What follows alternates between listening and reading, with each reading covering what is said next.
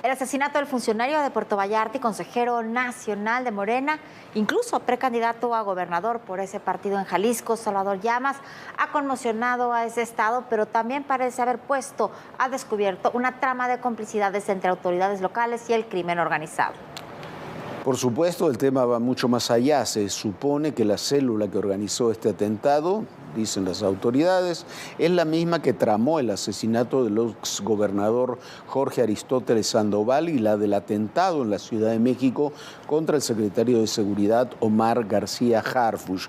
Es el cuarto hecho violento que se da en la capital tapatía en poco más de una semana. Algo está ocurriendo dentro del Cártel Jalisco o con el Cártel Jalisco Nueva Generación, que parece estar en una suerte de labores de limpia.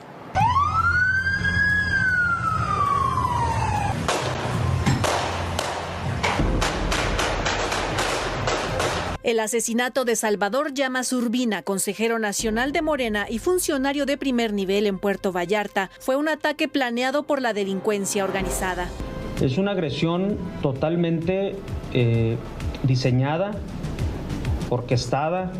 Es el crimen organizado el que está detrás de la ejecución de Salvador, la manera en cómo se lleva a cabo el evento, la dinámica, los hechos. Según la investigación, Salvador Llamas llegó al restaurante a las 5 de la tarde con 32 minutos. 9 minutos después llegaron dos de los agresores, con los que estuvo sentado cerca de 22 minutos. Poco después de las 6 de la tarde vino la agresión. 3 de los lesionados fueron identificados como escoltas. Una de las personas que murió en el restaurante es Luis Fernando Muñoz, excomisario de Puerto Vallarta y encargado de la seguridad de Salvador. El arma larga que lleva el sujeto de camisa blanca que sale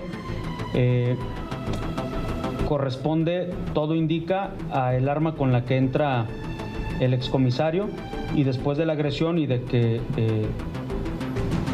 en este caso lo privan de la vida, es el arma que toman y con la que pretenden salir. La Fiscalía investiga dónde quedó una mochila con la que ingresó el funcionario y no ha sido localizada. Además, se solicitó información al Ayuntamiento de Puerto Vallarta para determinar por qué el funcionario contaba con un gran número de escoltas y vehículos blindados. Según la prensa local, los autores del ataque son sicarios del Cártel Jalisco Nueva Generación.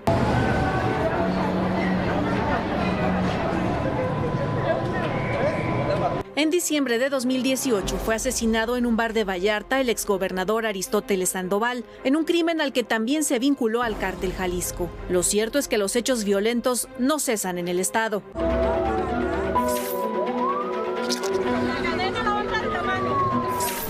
En la avenida Acueducto, cerca del cruce con Periférico en Zapopan, una familia que se encontraba en una tienda fue asaltada por 2 sujetos armados. Un escolta reaccionó y mató a uno de los delincuentes. El otro resultó herido. En Tlajomulco, elementos de la policía localizaron y persiguieron a sujetos que viajaban en un vehículo con reporte de robo. Los tripulantes accionaron sus armas. 3 personas fueron detenidas, entre ellas una mujer. Mientras tanto, en el municipio de China, Nuevo León, se registró un enfrentamiento entre elementos de Fuerza Civil y un grupo delincuencial. 5 personas murieron. Este fin de semana, Guanajuato y Zacatecas encabezaron la lista de los estados con más asesinatos. Entre las dos entidades, se contabilizaron 59 de los 243 registrados en todo el país, del viernes 21 y el domingo 23 de octubre. De acuerdo con el Secretariado Ejecutivo del Sistema Nacional de Seguridad Pública, durante los primeros 23 días de octubre, en el país han sido asesinadas 1,786 personas, un promedio de 77 casos al día, el mismo que se reportó en septiembre. Para ADN 40, Fuerza Informativa Azteca.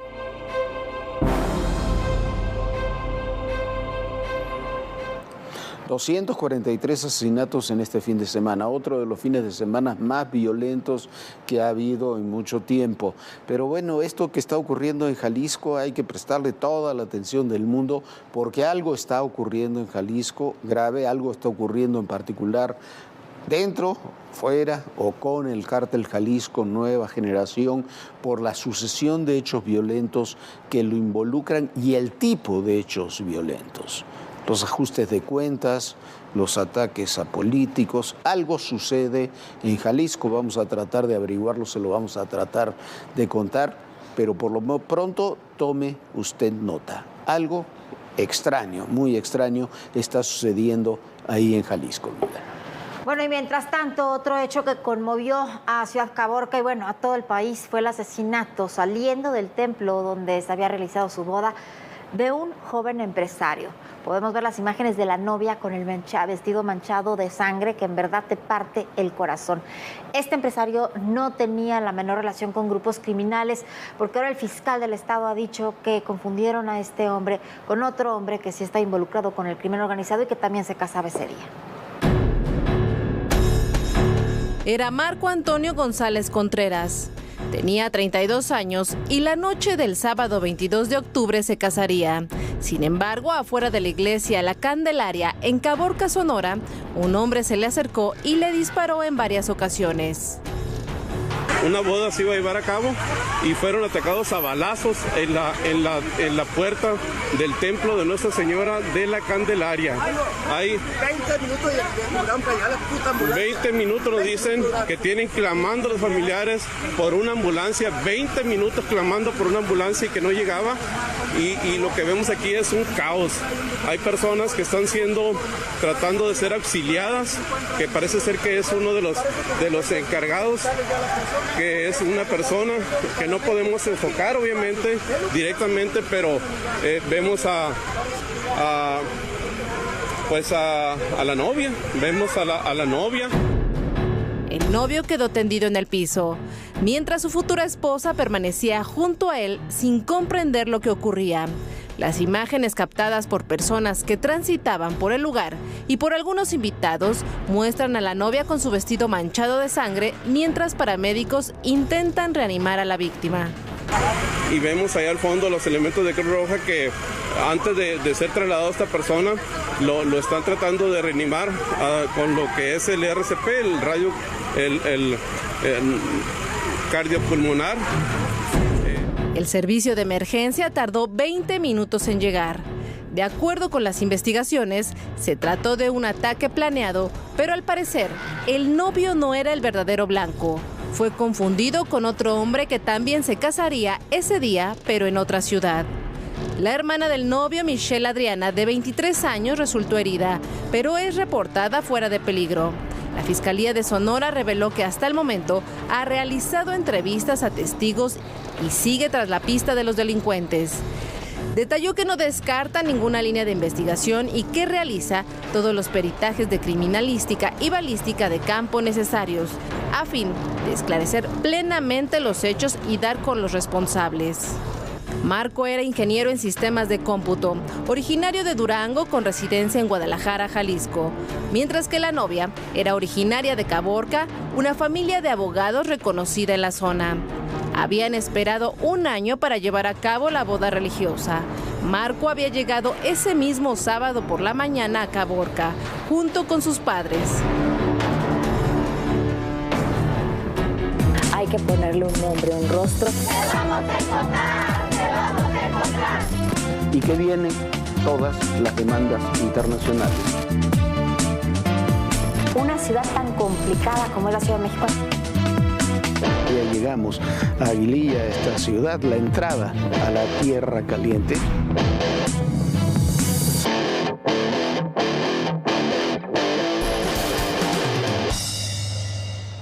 El clima estudiantil en la Ciudad de México y en otros puntos del país se está elevando peligrosamente. A los paros ya existentes en las escuelas y preparatorias del Instituto Politécnico Nacional y de la UNAM se han sumado otros paros en distintas movilizaciones por la terrible violación de un estudiante en el CCH Sur. Los jóvenes llegaron a la rectoría de la UNAM, donde personas encapuchadas realizaron actos vandálicos, dañaron un mural de Siqueiros, realizaron pintas y también rompieron vidrios.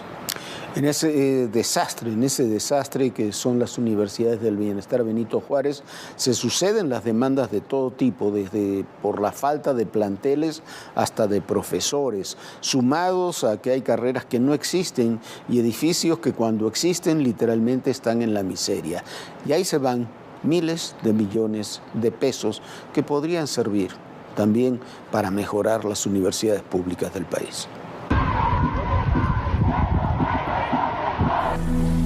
Alumnas y alumnos del Colegio de Ciencias y Humanidades Plantel Sur marcharon desde el centro escolar hasta la Rectoría de Ciudad Universitaria para exigir justicia por el caso de la violación sexual que sufrió una estudiante el lunes 17 de octubre. Durante la marcha encabezada por la madre de la víctima, se unieron contingentes de varias escuelas de la UNAM. Como ocurre en estas manifestaciones, un grupo de mujeres vestidas de negro y encapuchadas vandalizaron el edificio de rectoría y quemaron una bandera. Las alumnas del CCH Sur denuncian que sufren inseguridad de las instalaciones. Señalan que en las últimas 7 semanas se han registrado 2 casos de agresión sexual. El primero fue el 30 de agosto y el más reciente el 17 de octubre, ocurrido en los baños del edificio P. En asamblea, la abogada del CCH Sur, Lorena Bautista, informó que el día de los hechos acudió junto con la alumna agredida sexualmente y su madre a la fiscalía, donde se levantó el testimonio de la joven y se le practicaron varias pruebas. Pero le pidió a las afectadas no divulgar información para no afectar las investigaciones. En la reunión estudiantil se determinó que las clases no se suspenderían y que pedirían a la UNAM la destitución de la directora. Sin embargo, un grupo de encapuchados también vandalizó las instalaciones.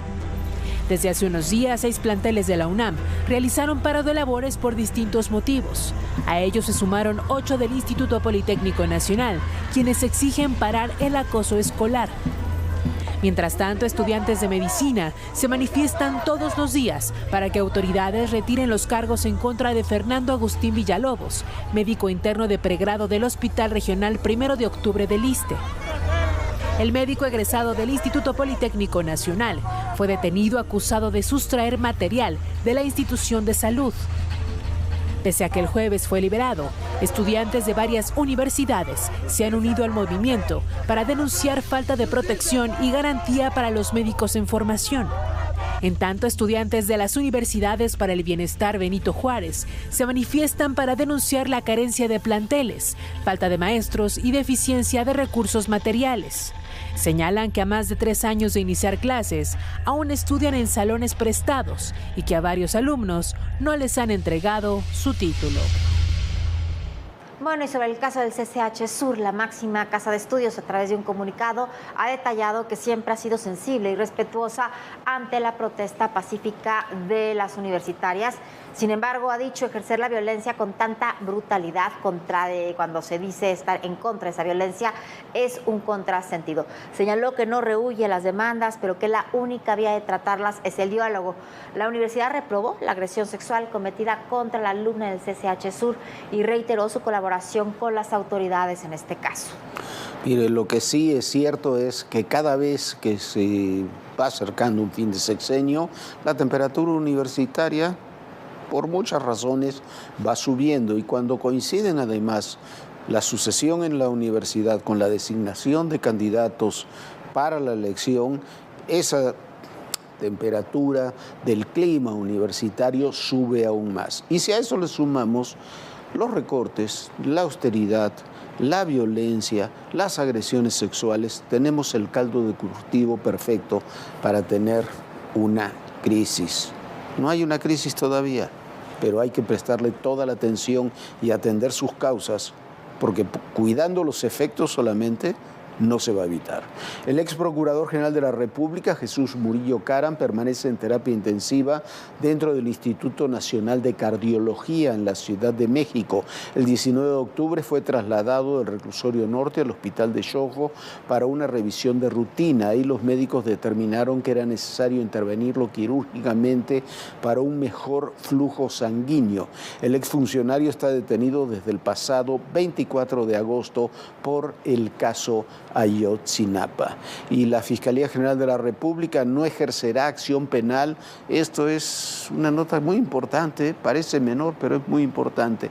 La Fiscalía General de la República no ejercerá acción penal contra Pío López Obrador y David Eduardo León Romero. Esto por los delitos electorales que se les pretendía fincar tras la difusión de un video donde están implicados en la entrega de dinero en efectivo que Pío López Obrador dijo que era dinero para el movimiento, pero no es delito electoral. dicen las fiscalías.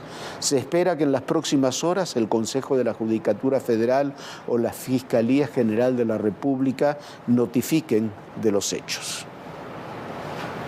Bueno, y después de algunos contendientes que se retiraron ya, se echaron para atrás, Reino Unido ya finalmente eligió a su próximo primer ministro.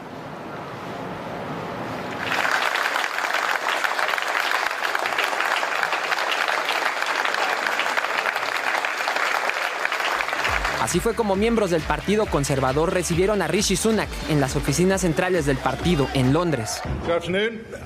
As returning officer in the leadership election, I can confirm that we have received one valid nomination.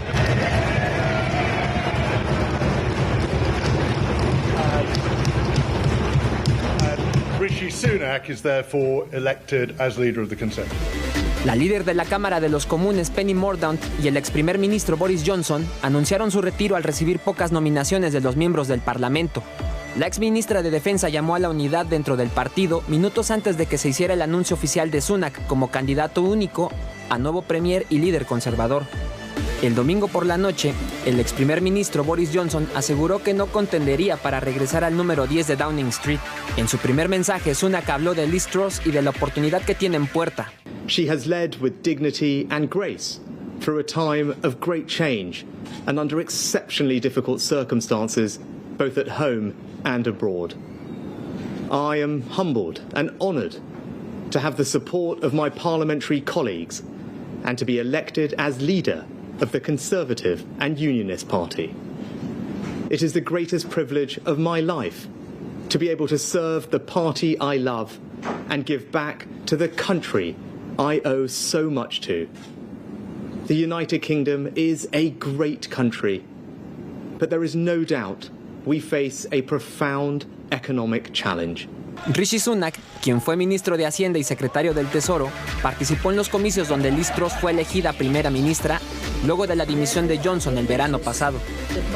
Sunak, hijo de inmigrantes indios y nacido en Southampton, es el quinto conservador en 6 años en asumir el liderazgo británico, el primero no blanco y el más joven en más de 2 siglos, con 42 años. El nuevo primer ministro enfrentará la tarea de unir a su partido, que atravesó crisis económicas y políticas, como el Brexit y la inflación más alta en los últimos 40 años. Sunak se convertirá oficialmente en primer ministro una vez que sea nombrado para el cargo por el rey Carlos III.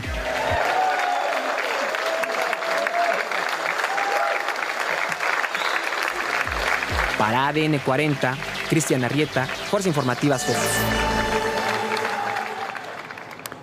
El quinto primer ministro en 6 años, todos del Partido Conservador, no convocan a elecciones, pero ¿sabe qué es la tragedia que está detrás de todo esto? Haber decidido el Brexit, haberse separado de la Comunidad Europea.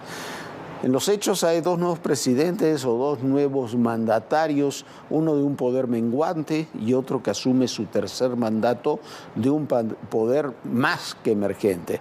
Rishi Sunak es un economista de origen indio y será el nuevo primer ministro.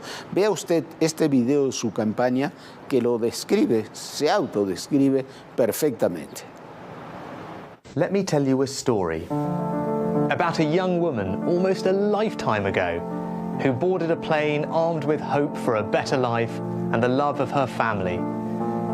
This young woman came to Britain, where she managed to find a job, but it took her nearly a year to save enough money for her husband and children to follow her. One of those children was my mother, aged 15. My mum studied hard and got the qualifications to become a pharmacist. She met my dad, an NHS GP, and they settled in Southampton. Their story didn't end there, but that is where my story began. Family is everything to me, and my family gave me opportunities they could only dream of. But it was Britain, our country, that gave them and millions like them the chance of a better future. I got into politics because I want everyone in this country to have those same opportunities, to be able to give their children a better future. Our country faces huge challenges, the most serious for a generation, And the decisions we make today will decide whether the next generation of British people will also have the chance of a better future. Do we confront this moment with honesty, seriousness, and determination? Or do we tell ourselves comforting fairy tales that might make us feel better in the moment, but will leave our children worse off tomorrow? Someone has to grip this moment and make the right decisions. That's why I'm standing, to be the next leader of the Conservative Party and your Prime Minister. I want to lead this country in the right direction. I ran the toughest department in government during the toughest times when we faced the nightmare of COVID. My values are non-negotiable: patriotism, fairness, hard work. We've had enough of division. Politics at its best is a unifying endeavour, and I have spent my career bringing people together, because that is the only way to succeed. In the coming days and weeks, I will set out my vision for how we can build a better future for our country. I've told you a bit about my story, but I'm running to be our next Prime Minister because it's your stories that matter most. Your futures. Rishi Sunak es un hombre joven, 42 años. Es un hombre que, como usted vio, es hijo de inmigrantes, construyó su carrera, se volvieron ricos. Es un aspiracionista de esos que aquí no queremos. Su padre se terminó volviendo rico, él también, con sus propias empresas, nadie le regaló nada. Siendo ya rico, se metió al gobierno porque, como él dice, quería trabajar por su país. Hay temas con los que estaremos de acuerdo, temas con los que no estaremos de acuerdo, de política real. Pero ¿no le da envidia a usted de que un candidato tenga este discurso después de los discursos de confrontación que escuchamos todos los días en nuestro país? A ver cómo le va. La anterior primer ministra quiso inventar, como decía ahí el propio Sunak, quiso inventar cuentos para niños que terminaron en un desastre. Duró 44 días en el poder. Sí, Jorge, pero también lo que dice el próximo primer ministro es que precisamente lo que quiere hacer es hacer buenas decisiones, tomar buenas decisiones para el futuro de los hijos. Es muy difícil en este momento que los políticos trabajen a tan largo plazo. ¿Por qué? Porque aquí y en muchos otros lados lo que importa es ganar elecciones.